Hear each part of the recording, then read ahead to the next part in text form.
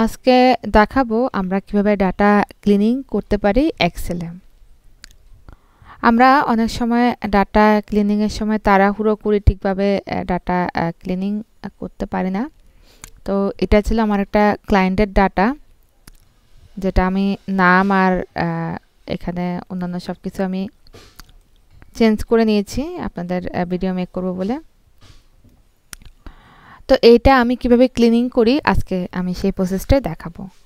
তো প্রথমে থেকে বলতে গেলে এখানে client ID, name, product detail, তারপর হচ্ছে অ্যাড্রেস, আর এদিকে হচ্ছে লোকেশন, অর্ডার পার্সেন্টেজ আর প্রাইস দেওয়া আছে। তো এখান থেকে কিভাবে আমি মেক করি, তো চলুন শুরু করা যাক। তো এত বড় ডাটা, এতগুলো ডাটা আমি কিভাবে ক্লিনিং করব, তো সেটাই দেখার বিষয়। তো ফার্স্টে আমি কন্ট্রোল এ দিলাম, অল সিলেক্ট করলাম।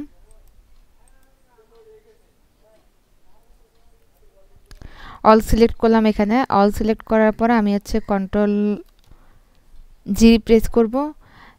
জি প্রেস করলে আপনারা দেখতে পাচ্ছেন এখানে গো টু একটা, এখানে স্পেশালে আমি ক্লিক করলে এখানে এই কমেন্টস, কনস্ট্যান্ট, ফর্মুলা, এরপর ব্ল্যাঙ্কস নামে একটা অপশন আছে, এটাতে ক্লিক করে ওকে দেব। তো এইটা দিলে কি হয়, আমার যেখানে যেখানে ব্ল্যাঙ্কস আছে সেটা আমার এখানে ধরা পড়বে। ঠিক আছে, আমার এখানে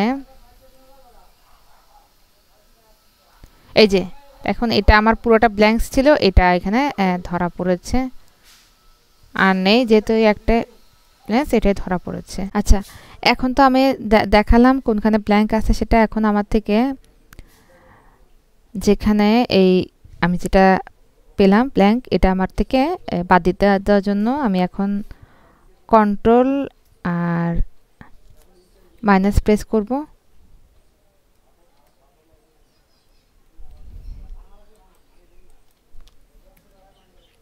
কন্ট্রোল আর মাইনাস প্রেস করলে দেখেন এখানে আসছে হচ্ছে delete, shift cell left, shift cells up, entire rho.